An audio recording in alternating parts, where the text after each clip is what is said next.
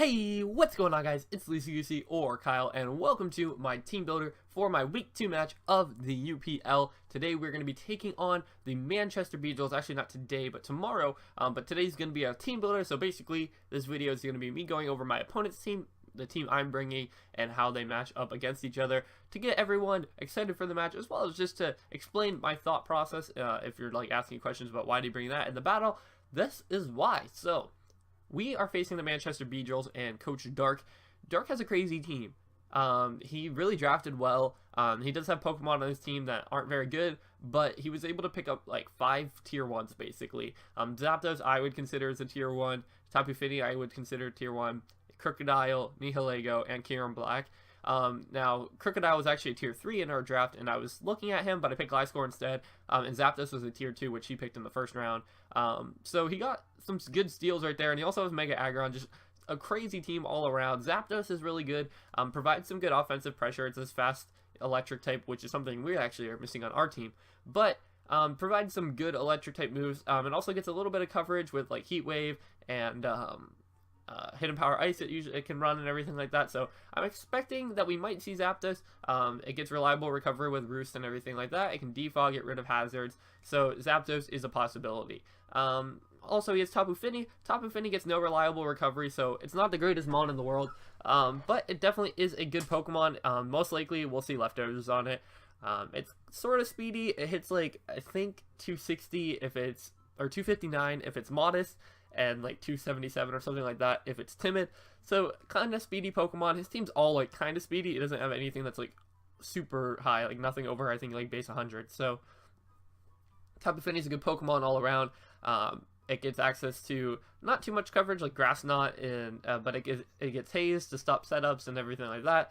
It's also his all Z move user, so he could use like Z Haze or even offensive Z moves with this thing. It's a crazy Pokemon. I don't really want to have to fight it because I've never had to fight a Tapu Fini before. I'm always the one using a Tapu Fini, so I'm kind of scared of this thing. But we'll see if we can take this thing on. He also has Crocodile. Crocodile is a really scary Pokemon. It's got 2 really good abilities, Intimidate and Moxie.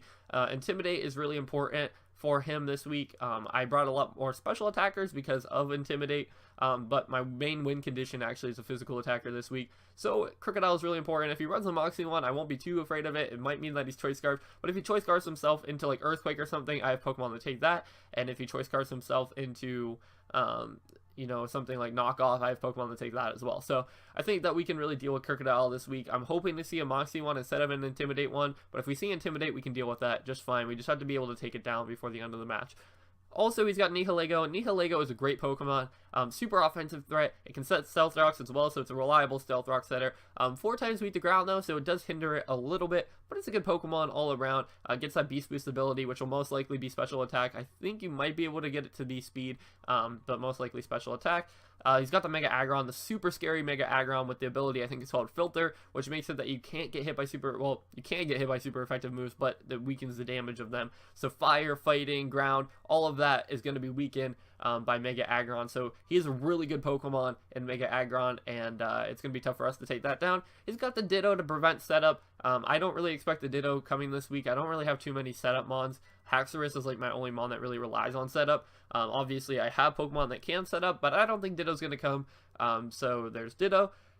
He's got Meloetta. Now, he can bring Meloetta Pirouette form and Meloetta, I think it's called like Aerial form or something like that. The one on the screen right now is the normal form, that's normal Psychic, and then there's normal Fighting. If he is going to bring Meloetta, I would expect him to bring the normal Fighting form because it outspeeds my whole team. That's his only Pokemon that's like actually fast. Meloetta Pirouette form is super fast. Normal Fighting, though, isn't too great of coverage for my team. It is for my Ice types with Mega Glalie. I guess Ninetales is kind of neutral to Fighting, but it's a good Pokemon all around. We have to really prepare for that. I actually do expect to see Meloetta in our match. It's got the Mesprit. Mesprit's pretty good. It has the Healing Wish option. It can also set up Stealth Rocks. It's a really good Pokemon just as a support Pokemon. It can also be used as an offensive Pokemon, but if he is going to bring it, I will expect it to be a support Pokemon. If he does bring Mesprit, then we're not going to have to worry about like Crocodile having rocks. We know that that thing won't be his rocker, that it will be either Meloetta or Mega Aggron, or not Meloetta, Mesprit or Mega Aggron. But honestly, I don't see Mesprit coming to this match. He's got the Armaldo, another hazard setter. I think that's all he really does. I don't really know too much about Armaldo. I can go into like Teambuilder and look at him a little bit more, but it just doesn't have a matchup really well against our team. Bug Rock is like an okay typing, but I don't think it's going to be coming to this match. It's not the greatest thing in the world, so we're not going to have to worry about it. And if it does come, we do have a couple of things that can hit it a little bit harder. You know, the Bug Rock typing is weak to a couple things on our team, so we should be able to deal with it. He's got the Wigglytuff. Honestly, I do not want to see Wigglytuff in this match. We have things for it. I have a couple Pokemon that are able to take on fairies, and I have a couple Pokemon that are able just to deal a lot of damage to this thing.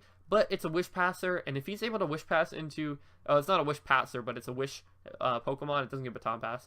But if he's able to get a Wish to his Mega Aggron, that's really scary. So if Wigglytuff does come to this match, we need to get rid of it ASAP. It's also a rocker, but I don't think he's going to be running it this week. Honestly, if we see the Wigglytuff, I will be sort of relieved and sort of scared because I'm not 100% sure of what it does, but I do know that it wishes, and it's kind of annoying. So that's the Wigglytuff.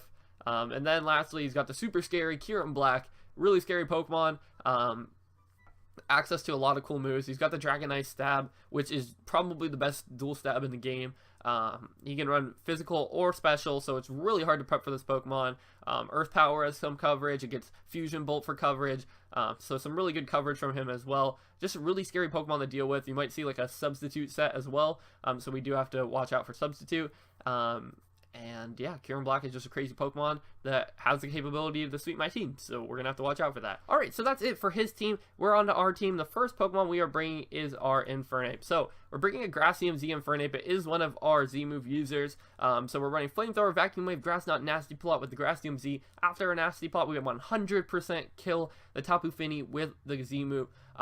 Without a Nasty Plot up, a neutral Grass Knot will do between, like, if he's not invested in special defense, but he's fully HP, it will do about like 60%, and to like 80% if he's or like 60% if he's not invested, and 80% if he is invested, or other way around, 60% if he is invested, 80% if he's not invested. So it can't really kill unless he's like a super offensive set with like max special attack, max speed. Then we will be able to kill him with a Z-move Grass Knot after rocks. So really good Infernape right here to take down the Tapu Fini. Nasty Plot, Flamethrower really does break through his whole team. The only things he really has to resist it are Nihilego and Tapu Fini. So, you know, we really have a good shot with just that.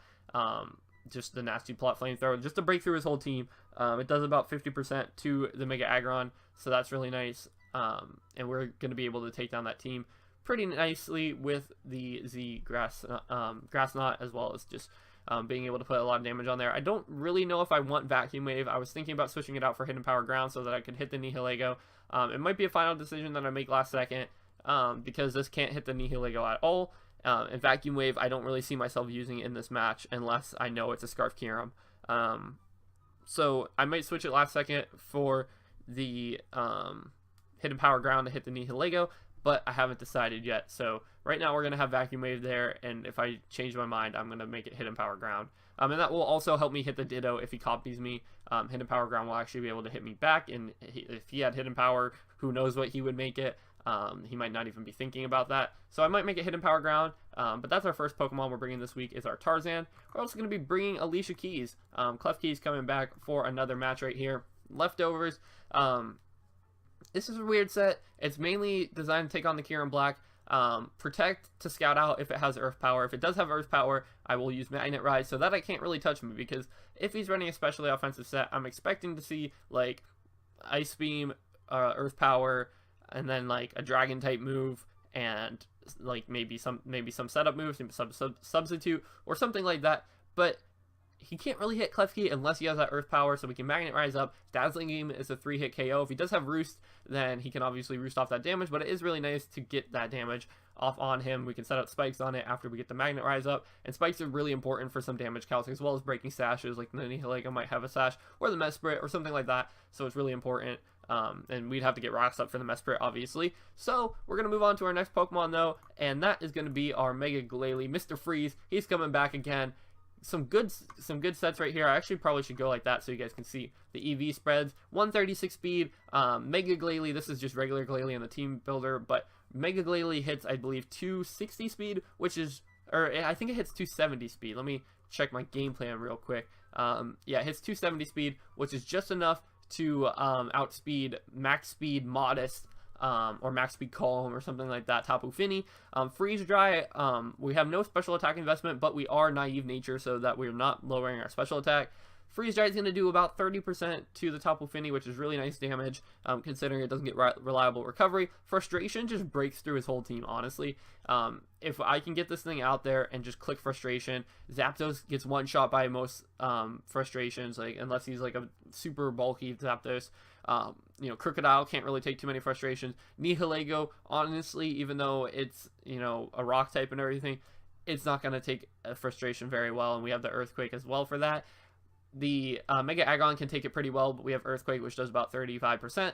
Meloetta is frail. It's not going to be able to take it. Mesprit can't really take a frustration. Like, it just breaks through his whole team, to be honest. Mega Glalie is going to be a really nice Pokemon to just get off early damage in this match. I don't see it really getting any kills, maybe on the like Crocodile or something, and that's kind of important for us. But we also have the Ice Shard for priority in case we want to, you know, hit the Zapdos with some priority. It does do actually quite a bit. I have my calc up right here. You can see right there. This actually is not the correct set. It has Crunch instead of Freeze Dry. So I probably should import the correct set so I don't mess up in my game. I guess this isn't really a Mega Glalie. I'll do that after the match. But if we just go up to Zapdos, the attack won't be really different. For Frustration, like Frustration just kills that thing, but Ice Shard does a good 50% or 45%, so it should be really nice for us in this match. So yeah, Mega Glalie super important for this. Our next Pokemon we're bringing is going to be Ninetales. We're bringing the Hail this week to set up our Aurora Veil. As you guys saw earlier, we had Nasty Plot on Infernape, and Infernape does not do well setting up on anything in this match. As you guys can see, there's nothing really that Infernape can set up on. Maybe the Meloetta fighting if he brings the Pirouette form, but that's about it. He doesn't really have a really good chance to set up. So if we get that Aurora Veil up, all damage is halved, and we can basically set up on anything except like Aggron, Mega Aggron.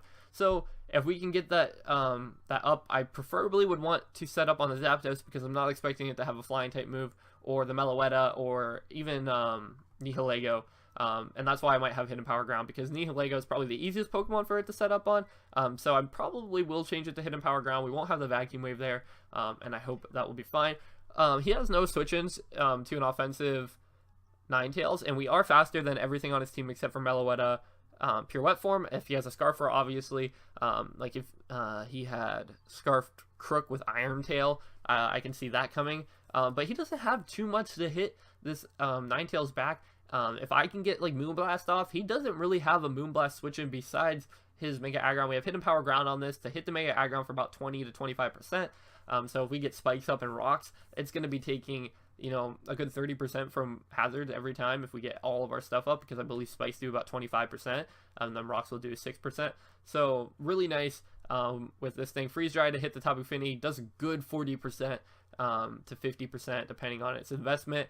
Obviously, Freeze Dry does hit the Zapdos pretty hard. I would rather have Blizzard there, but we do need to hit the Tapu Fini with this thing. So we have that. And we hit the Kyurem Black super hard. Moonblast does a good like 70 to 90% depending on investment. So we might be able to even knock it out if it has no bulk. So that's really nice. Our next Pokemon we're bringing is going to be Mew. And Mew is a Pokemon that I've kind of messed around with this set a lot. And you guys can see that first move right there, Transform. It's going to be good. If we can get a Transform up on a Kyurem Black, that will be huge. If we can get into the Kyurem Black, he has no switch-ins to his own Kyurem Black except for Tapu Fini. Like, this will be huge. Also, if we get Crocodile, that could be really huge as well. Crocodile, he doesn't really have a switch-in for his own Crocodile. So, he's got the Ditto. We have a Ditto as well. We got Mew. It does have Colbur Berry just because I want to be able to live a hit from the Crocodile. I was thinking about switching that out for Leftovers or Choice Scarf. But right now I have Colbur Berry on there because Crocodile just is such a big threat to my team. I preferably, if I'm going to transform, I want it to be on the Mega Aggron or on the Kyurem Black because he doesn't really have switch-ins for those. But I might do something else.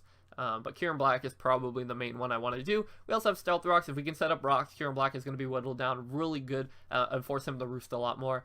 And also a Zapdos and everything like that. He doesn't have anything 4 times Weak to Rock, but he does to Stealth Rocks. But you know, we can do some good damage on everything. Just get chip damage on everything, especially the Tapu Fini and the Crocodile are kind of tough. So that's why we have spikes, is for the Crocodile. So really nice right there, and also break sashes. Nihilego, like I said earlier, can run a sash, and if Mesprit's running a sash, we can break that as well. And we're moving on to our last Pokemon right here, probably the most important Pokemon of this week, our Roundhouse, our Hitmonlee making its season debut. As you guys saw, I made all the last three, the ones that are making their season debut, and the first three were ones that came last week. We're bringing Roundhouse, Hitmonlee. Everyone was making fun of him in the Discord yesterday. Last night, I was talking on the Discord with everyone. This one guy was like, I would draft Tyrogue over Hitmonlee, dude. He's bad. I'm like, you just wait. We're running normal gem, fake out on Burden. Get that double speed.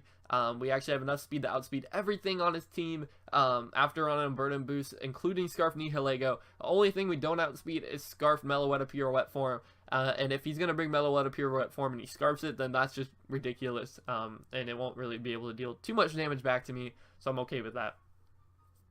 But it's a really good Pokemon. It does so much damage to everything on his team except for Zapdos and what was the other Pokemon?